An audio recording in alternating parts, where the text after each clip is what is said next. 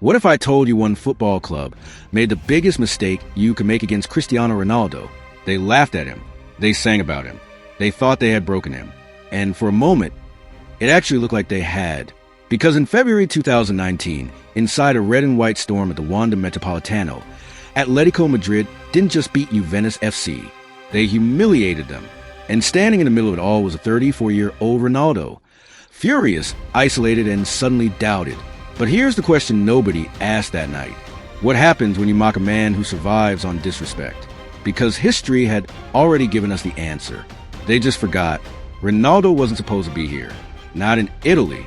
Not in black and white. Not trying to prove himself again. He had already conquered England with Manchester United.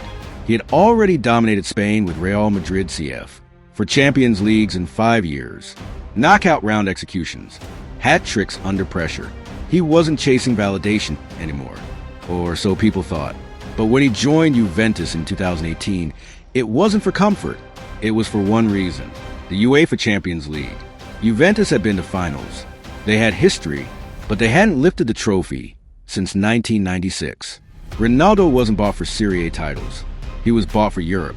And then fate handed him the worst possible opponent, Atlético Madrid. Diego Simeone's Atlético. A team built to suffocate stars. A team that hated Real Madrid. And by extension, hated Ronaldo. But here's what made it personal. Ronaldo had destroyed Atlético before. Again, and again, and again. Finals, semifinals, quarterfinals.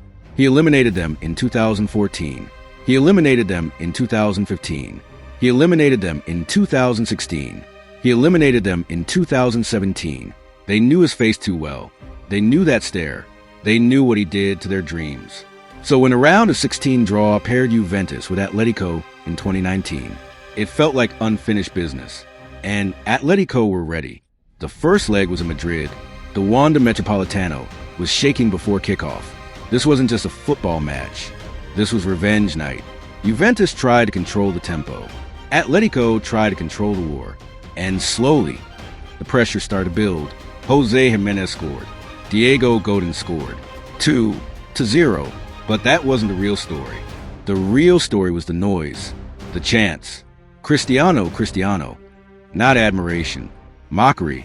The camera zoomed in. Ronaldo looked up at the crowd. No smile. No panic. Just calculation. And then he raised his hand. 5 fingers. A reminder. I have 5 Champions Leagues. You have none. It wasn't arrogance. It was memory. But Atlético fans didn't care. They laughed louder. And then Diego Simeone did something that would echo for weeks. He turned to the crowd, grabbed his crotch, and screamed, "This is what we have." Raw, defiant, animalistic, the stadium exploded. But here's what nobody realized in that moment. You don't poke a man like Ronaldo and expect him to forget. Because if there's one thing his career has proven, it's this. He doesn't forgive disrespect. He weaponizes it. The media the next morning was ruthless. Ronaldo finished.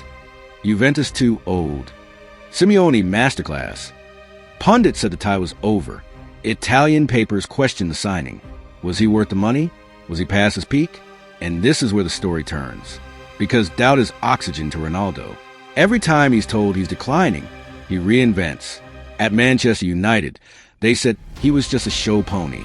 He became a goal machine. At Real Madrid, they said he couldn't carry a team alone. He became the knockout king. Now in Italy, they said age had caught him. 34, slower, less explosive. Atlético smelled blood, and they thought history was finally on their side. But let's pause here, because if you understand Ronaldo's psychology, you understand what was coming. This is a man who keeps score in his head. Every chant, every headline, every celebration against him. He remembers, and he waits. Juventus needed 3 goals in Turin. Not 1, not 2, 3. Against the most defensively disciplined team in Europe. Against Simeone's low block. Against Oblak. Against a team built to protect a lead. It felt impossible. And that's exactly where Ronaldo is most dangerous. If you're enjoying this kind of deep football storytelling, the rivalries, the mind games, the moments history almost missed, make sure you're subscribed. Because some stories deserve to be told properly. And this one, it was far from over. March 12th, 2019. Allianz Stadium, Turin. The atmosphere wasn't loud. It was tense. Italian crowds don't roar like Spain. They calculate. They expect. And they were expecting Ronaldo. From the first whistle, Juventus played with urgency. Crosses flew into the box. Atletico defended deep, compact, disciplined. But here's what nobody expected. Ronaldo wasn't drifting wide. He wasn't waiting. He was attacking the box like a man possessed. Minute 27. Bernardeschi swings it in. Ronaldo rises. Higher than Juanfran. Higher than Godin. Higher than doubt. Header. Goal. 1-0. He doesn't celebrate wildly. He grabs the ball. Runs back. Eyes burning. Message sent. But Atletico didn't panic. They slowed the game. They wasted seconds. They frustrated. And Juventus started to rush. Halftime. Still 1-0. They needed 2 more. And time was bleeding. But this is where belief shifts.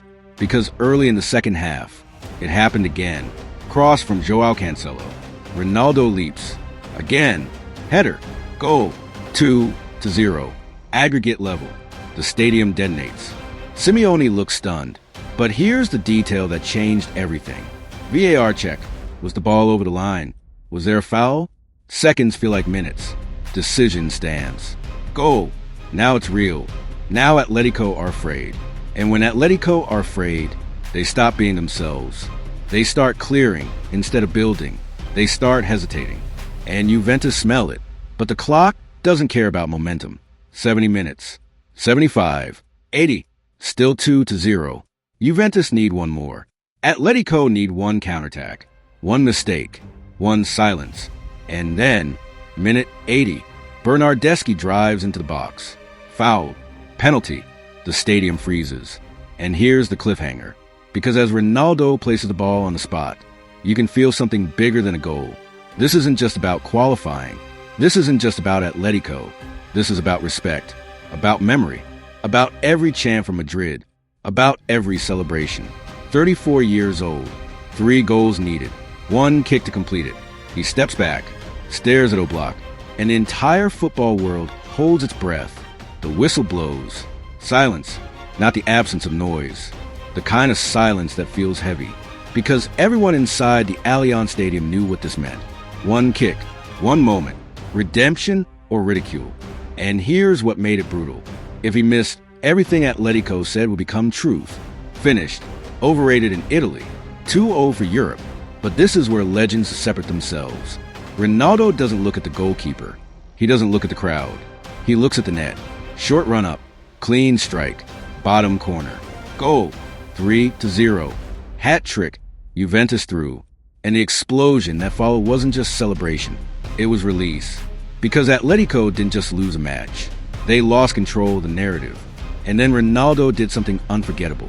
He turned the crowd and mimicked Simeone's celebration. Hands to his waist. Defiant. Cold. Calculated. Not rage. Memory. You mocked me. Now remember me. But here's what nobody expected. Simeone didn't complain. He said after the match, Ronaldo is the best in the world. He showed it tonight. Respect had replaced arrogance. Because Atletico understood something too late. You can't taunt a man who feeds on revenge. Let's break down what really happened that night. Because this wasn't luck. It wasn't chaos. It was preparation. Juventus changed their structure. They pushed Cancelo higher. They overloaded wide areas. They forced Atletico's fullbacks into constant aerial duels. And Ronaldo attacked the one weakness Simeone rarely shows. Back post space. Both headers came from intelligent positioning. Not random leaps. He studied them. He waited. He executed. And this is where the story deepens. Because Atletico weren't weak. They were disciplined. But psychologically, they cracked. When the second goal went in, their body language shifted. Clearances instead of passes. Arguments instead of communication. Fear instead of control. And against Ronaldo, fear is fatal. But here's the bigger picture. This wasn't the first time Atletico had seen this movie. 2014 Champions League final. Ronaldo scores a fourth in extra time. 2016 final. Scores in the shootout. 2017 semifinal. Hat trick at the Bernabeu. He had become their European nightmare. And yet in 2019, they believed the script would change. Why? Because he was older. because he wore a different shirt, because football forgets too quickly. But what happened next changed everything. After that night, the phrase Ronaldo in the Champions League meant something different. It didn't matter what league he played in. It didn't matter his age.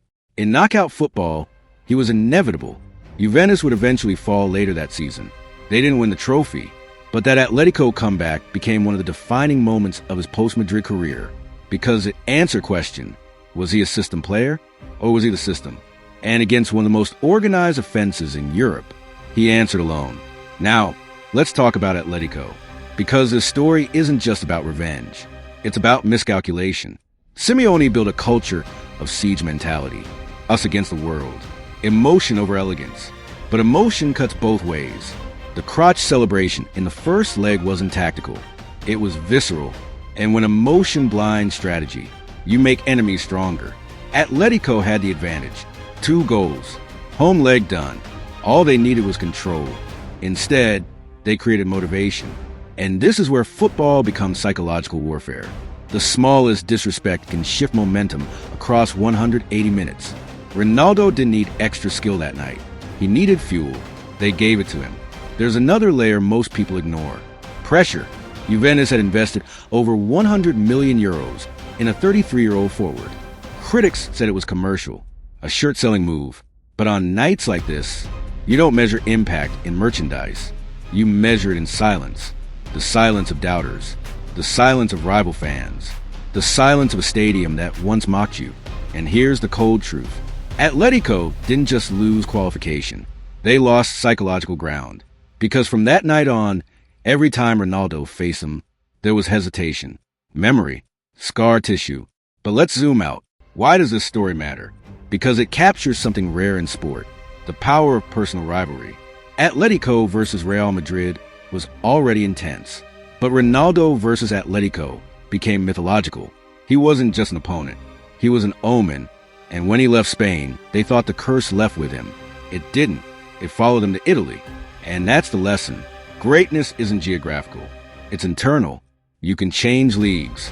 You can change teammates. You can change systems.